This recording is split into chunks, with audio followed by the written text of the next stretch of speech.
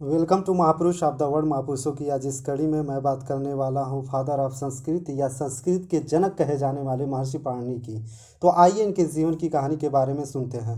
महर्षि पाणिनि के जन्म तिथि को लेकर विवाद है। कुछ विद्वानों का मानना है कि महर्षि पाणिनि का जन्म 5000 वर्ष पूर्व हुआ और कुछ का मानना है कि 200-400 ईसा के बीच हुआ था। अभी कोई एग्जैक्ट तिथि प्रमाणित नहीं है। इनका जन्म सिंधु नदी के संगम से कुछ दूर स्थित एक गांव में हुआ जिसका नाम सालातूर था। यह स्थान वर्तमान समय में पाकिस्तान में स्थित है। इनके माता पिता ने सालातूर गांव में जन्म लेने के कारण इनका नाम सालातूरी रख दिया। इनके माता का नाम दाक्षी और पिता का नाम पाणिनि था। बालावस्था में शिक्षा के लिए यह गुरुकुल जाया करते थे। इनके गुरु का नाम उपवर्ष था। संस्कृत भाषा प्राचीन काल से ही प्रचलित है। इसे देव की भाषा और प्राकृतिक भाषा भी कहा जाता है। यह भाषा भगवान शिव के द्वारा उत्पत्ति हुई थी। नृतावसाने नटराजराजो ननाद टकामनो पंचवारम उधर्तु काम सनकादि सिद्धि दीने नेत द्विमर्षे शिव सूत्र जालम। अर्थात शिव के नृत्य के अंत में उन्होंने 9 और 5 अर्थात 14 बार डमरू बजाया। इन्होंने इस शिव सूत्रों को सनकादिक ऋषियों के उद्धार के लिए रचा, जिसे शिव सूत्र महेश्वरी सूत्राणी कहा जाता है, जो इस प्रकार है। अ इ उ ड़ ऋ लृ क ए औ ग ए औ च ह य व र ट ल ड़ य म ग ड़ न म झ भ य घ ढ ध स ज ब ग ढ द स ख फ छ ठ थ च ट त व क प य स स स र ह ल। इसी शिव सूत्र के द्वारा संस्कृत में शब्दों का प्रयोजन हुआ और इसी भाषा से वेद शास्त्र पुराण मंत्र आदि की रचना की गई। गुरुकुल में भी इसी भाषा का प्रयोग प्राचीन काल में लिखने से ज़्यादा सुनने और सुनाकर संस्कृत सिखाई जाती थी। और संस्कृत भाषा से ही आधुनिकता से जुड़े रहने का मार्ग भी बताया गया है। संस्कृत भाषा का प्रचलन प्राचीन काल से चली आ रही थी। समय के साथ एक समय ऐसा आया जब महर्षि पाणिनि के नाम एक विद्वान हुए। वह बचपन में ही संस्कृत में मंत्रों का उच्चारण और संस्कृत में शिक्षा ग्रहण की और इन्हें संस्कृत से काफ़ी लगाव हो गया। जब वे बड़े हुए तो अपने संस्कृत के अनुभव को लेकर यह सोचने लगे कि संस्कृत शब्द का निर्माण कैसे होता है, किस नियम द्वारा संस्कृत शब्द बनते हैं। वे कई सारे संस्कृत के पांडुलिपियों का अध्ययन करना शुरू कर दिए। साल दर साल उन्होंने संस्कृत का रिसर्च कार्य किए और उसके बाद वे एक पुस्तक लिखना आरंभ किए जिसका नाम अष्टधाई था और इन्हें कई वर्ष लग गए इस पुस्तक को कंप्लीट करने में और यह संस्कृत व्याकरण की प्रथम पुस्तक बनी। महर्षि पाणिनि ने इस पुस्तक में बताए हैं कि शब्द रचना किस प्रकार होती है और कैसे नए शब्द का निर्माण किया जा सकता है।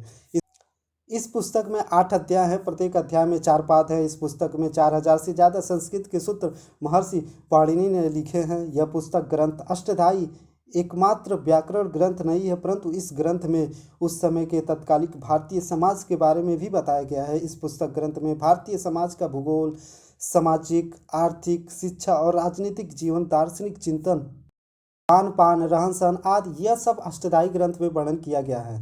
अष्टधाई ग्रंथ 6 वेदांग ग्रंथों में से मुख्य ग्रंथ है। वेदांग ग्रंथ उसे कहते हैं जो वेदों को पढ़ने और समझने में मदद करते हैं। अष्टधाई ग्रंथ को समय के साथ कुछ लोगों को पढ़ना और समझना बहुत मुश्किल होने लगा। तब महर्षि पतंजलि ने इस पुस्तक को सरल तरीकों से समझाने के लिए एक पुस्तक की रचना की जिसका नाम है महाभाष्य।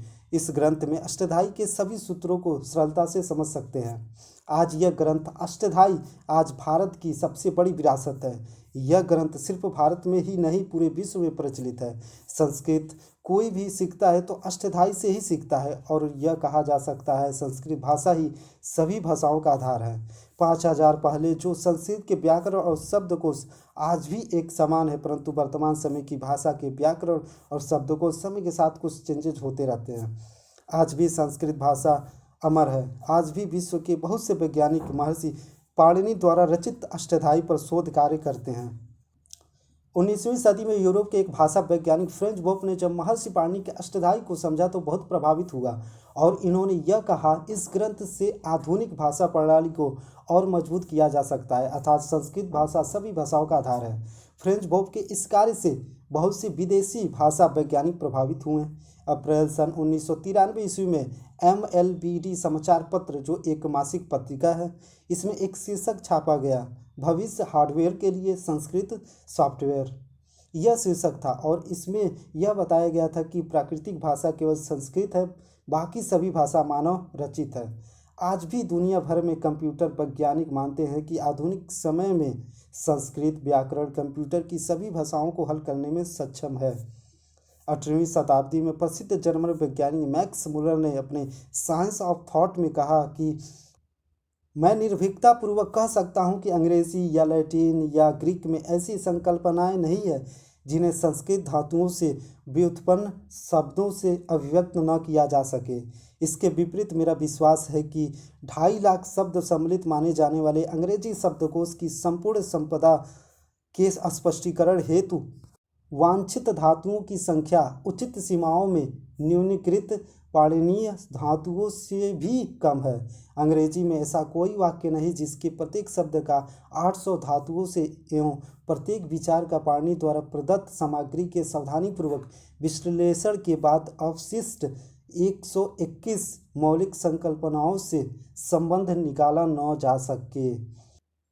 हाल ही में एक शोध कार्य पूर्ण हुआ है। कैम्ब्रिज यूनिवर्सिटी में शोध करने वाले भारतीय मूल के पीएचडी छात्र ऋषिराज पोपट ने महर्षि पाणिनि की पहेली को सुलझा दी है। ऋषिराज पोपट ने आचार्य पाणिनि के संस्कृत पहेली को डिकोड करके उसका समाधान निकाल दिए हैं, जिसकी बदौलत अब पहली बार ऐसा संभव होगा कि कंप्यूटर को पाणिनि का व्याकरण पढ़ाया जा सकेगा, जिससे कंप्यूटर पर संस्कृत भाषा का इस्तेमाल किया जा सकेगा। आज अष्टधाई को भाषा मशीन कहा जाता है, जिससे नए नए शब्द की उत्पत्ति हो सकती है। महर्षि पाणिनि ने कहा, अष्टधाई में जो कुछ लिखा गया है और ऐसा कुछ भी नहीं है जो निरर्थक हो। महर्षि पतंजलि ने कहा था कि महर्षि पाणिनि ने जो सूत्र एक बार लिखा उसे काटा नहीं। यह थी महर्षि पाणिनि की जीवन कथा। मिलते हैं नेक्स्ट वीडियो में एक और महापुरुष के जीवन के साथ। तब तक आप अपना ख्याल रखें, चैनल को सब्सक्राइब करें। Thank you so much.